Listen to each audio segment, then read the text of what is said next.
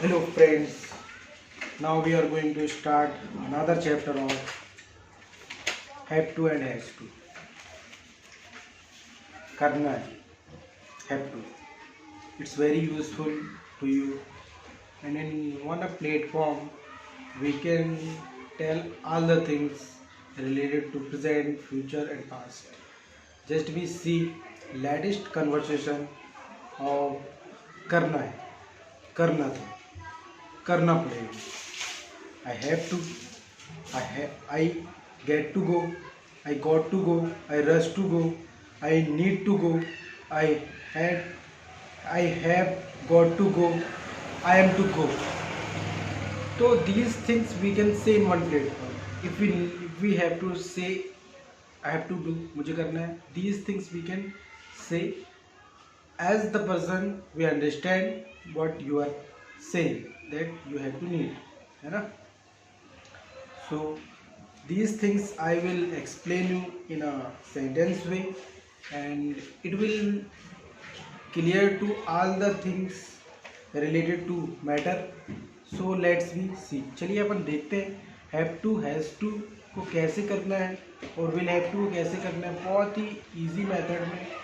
और जो भी आपके डाउट हैं तो इसको लेके सारी चीज़ें आपको क्लियर होंगी और ये सारी चीज़ें आप क्लियर कर देंगे, है ना.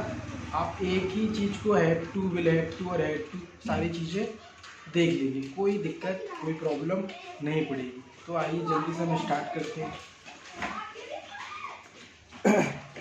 So that is a format. That format you will clear all the things of related to have to, had to, has to, will have to. So let's just start this thing. It's very important and very useful for your talking way in future and past and as well as present. So चलिए अपन start करते हैं.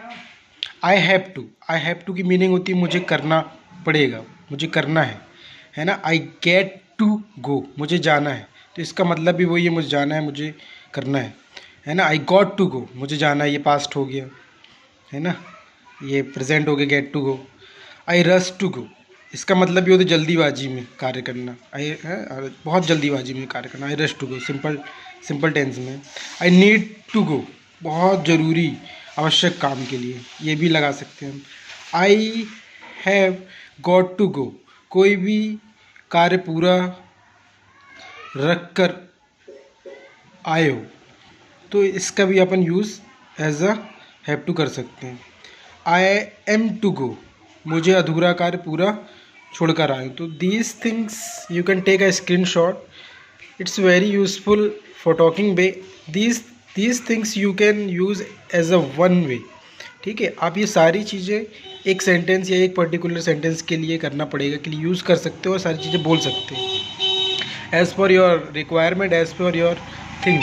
चलिए आइए हम practice sentence करते हैं जिससे आपको सारी चीज़ें क्लियर हो जाएंगी कि प्रैक्टिस में हम किस किस चीज़ों को कैसे कैसे बोल सकते हैं. तो हम पहला सेंटेंस देखते हैं. मुझे तुमसे कुछ बात करनी है, मुझे तुमसे कुछ बात करनी है. तो I have to talk to you, है ना, समथिंग, कुछ, है ना. I want to talk to you something. तो इस तरीके से अपन बोल सकते हैं. We can say like that. तो मुझे तुमसे कुछ बात नहीं करनी है ना. I haven't to talk you something, मुझे कुछ भी बात नहीं करनी है. I nothing talk to you. क्या तुम्हें कहीं जाना है. Where have you to go. तुम मुझे बताते क्यों नहीं कि क्या करना है. व्हाट डोंट यू, कैसे बनाएंगे आप. सबसे पहले देखिए, आप बेसिक देखिए. तुम मुझे बताते क्यों नहीं कि मुझे क्या करना है ना. तो WH वर्ड है, क्या करना है. वाई डोंट, सिंपल टेंस है, ताते थी हमने देख लिया, करना है. Why don't you tell me that what have I to do, है ना. नेक्स्ट सेंटेंस चलिए आप बना के बताइए. मुझे तुम्हारे प्रिंसिपल से मिलना था, क्या आप मुझे उनका रूम बता सकते हैं. I had to meet your principal, I had to meet your principal. Can you tell me the room of him? ठीक है. तो these things you can make and take a screenshot as well.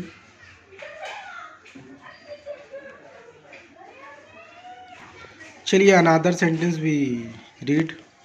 मुझे कुछ नहीं करना है, मैं तो केवल मजाक कर रहा था। आई हैवंट या I have to do nothing.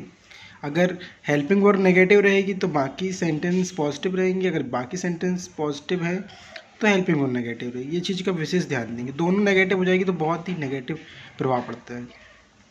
I have to do nothing, I was just joking only. ठीक है, चलिए आप बना के बताइए।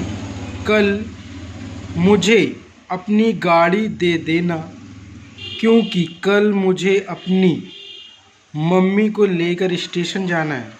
तो टुमारो गिव मी ऑर्डर है गाड़ी दे देना। Tomorrow give me your bike please, है ना। प्राइस बिकॉज क्योंकि, सिंपल है। टुमारो है ना, give me your bike, order आ गया दे देना।